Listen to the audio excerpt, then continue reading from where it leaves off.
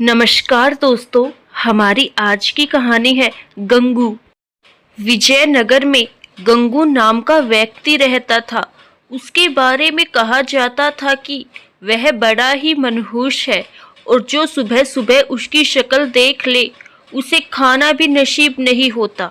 धीरे धीरे यह बात पूरे विजयनगर में फैल गई और महाराज कृष्णदेव राय को भी इसके बारे में पता चला।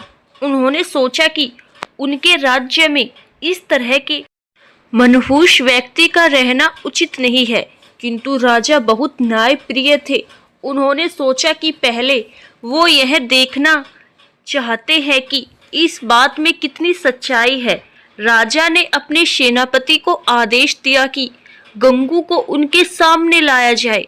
सैनिकों ने गंगू को महाराज कृष्णदेव राय के समक्ष पेश किया। महाराज कृष्णदेव राय जिस कमरे में सोते थे उसी में गंगू के लिए भी बिस्तर लगवाया और सुबह जब राजा सोकर उठे तो उन्होंने सबसे पहले गंगू का चेहरा देखा। कुछ देर बाद अचानक कार्य आ जाने के कारण राजा को राजमहल से बाहर जाना पड़ा और उस दिन वो इतने व्यस्त रहे कि उन्होंने खाना भी नसीब नहीं हुआ। राजा कृष्णदेव राय को यकीन हो गया कि यह सब गंगू का चेहरा देखने के कारण हुआ है।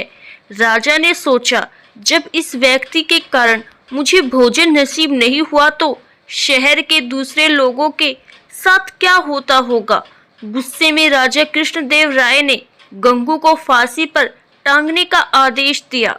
यह बात पूरे राज्य में फैल गई कि कल गंगू को फांसी दी जाएगी।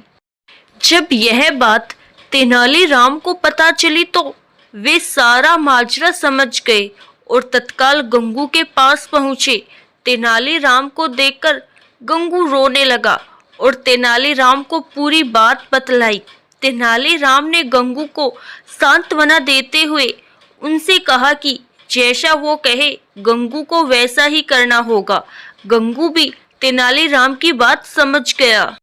दूसरे दिन जब गंगू को फांसी दी जानी थी तभी गंगू से उसकी अंतिम इच्छा पूछी गई। गंगू बोला, मुझे महाराज से मिलकर कुछ बतलाना है, यही मेरी अंतिम इच्छा है।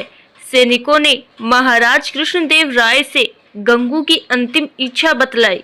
महाराज कृष्णदेव राय गंगू की अंतिम इच्छा पूर्ति के लिए उसके पास गए और बोले, बतलाओ गंगू, तुम्हें क्या बतलाना है। गंगू बोला, महाराज, इस राज्य में एक व्यक्ति मुझसे भी ज्यादा मनहूस है। पहले दंड उसे मिलना चाहिए, फिर मुझे। महाराज कृष्णदेव राय ने बड़े आश्चर्य से गंगू से पूछा, गंगू बतलाओ, वह मनहूस व्यक्ति कौन है। गंगू बोला, महाराज, वह मनहूस व्यक्ति कोई और नहीं बल्कि इस राज्य का राजा अर्थात आप हैं। यह सुनकर महाराज कृष्णदेव राय अत्यधिक क्रोधित हुए और बोले, जानते हो गंगू, तुम क्या बोल रहे हो, इसके बदले तुम्हें दंड भी मिल सकता है। गंगू बोला, महाराज, मृत्यु दंड से बड़ा कोई दंड हो सकता है क्या। यह तो आप मुझे दे ही चुके हैं। कृपया आप मेरी विनती सुन ले, इसके बाद आप जो भी दंड देंगे वह मुझे सहर्ष स्वीकार होगा। यह सुनकर महाराज का क्रोध कुछ शांत हुआ और बोले, तुम्हें जो कहना है कहो। गंगू बोला, महाराज, कल सुबह जब आपने मेरा चेहरा देखा तब आपको दिन भर भोजन नहीं मिला, तब आपने मुझे मनहूस समझकर मृत्यु दंड दे दिया। ठीक उसी समय कल सुबह मैंने भी आपका चेहरा देखा था और मुझे फांसी की सजा मिल गई, मतलब आप मुझसे भी ज्यादा मनहूस हुए। महाराज कृष्णदेव राय को पूरी बात समझ आ गई और उन्हें अपने निर्णय पर पछतावा हो रहा था। उन्होंने तत्काल गंगू की फांसी की सजा माफ कर दी। गंगू को अपने पास बुलाकर पूछा, गंगू, यह विचार तुम्हारे मन में कैसे आया। गंगू बोला, महाराज, मुझे तेनालीराम ने यह सब कहने की सलाह दी थी।